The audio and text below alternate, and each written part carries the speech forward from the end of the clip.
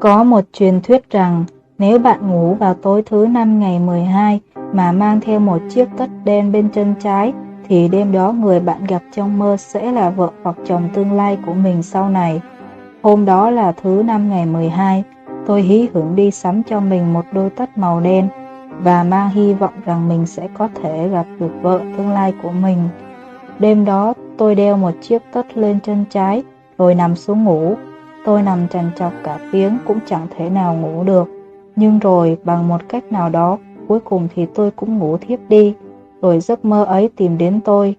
Trong mơ, tôi nhận thấy xung quanh mình toàn là sương mù và tôi vẫn đang bước về phía trước, như có gì đó thúc đẩy mình.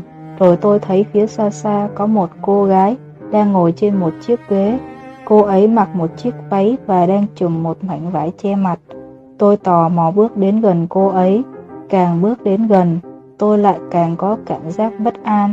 Thế rồi chuyện gì đến cũng phải đến.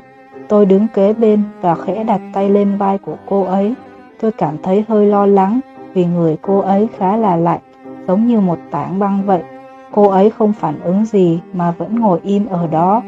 Lần này tôi đã hết kiên nhẫn nên đã lay thật mạnh, khiến cho cả người cô ấy đổ rạp xuống đất. Tôi bàng hoàng nhìn lại cảnh tượng trước mắt mình.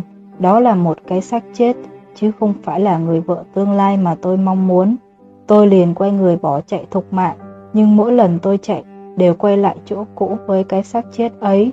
Rồi một cơn gió bất ngờ thổi bay chiếc khăn che mặt, hiện ra một khuôn mặt với đôi mắt đang trợn trừng nhìn tôi. Tôi hoảng sợ giật mình và thoát khỏi giấc mơ ấy. Mồ hôi nhễ nhại đầy người. Kết hôn với người chết sao? Chuyện quái quỷ gì đang diễn ra vậy? Tôi cố gắng để quên đi giấc mơ đó và ngủ tiếp. Sau đó thì tôi không còn mơ thấy giấc mơ gì tiếp nữa.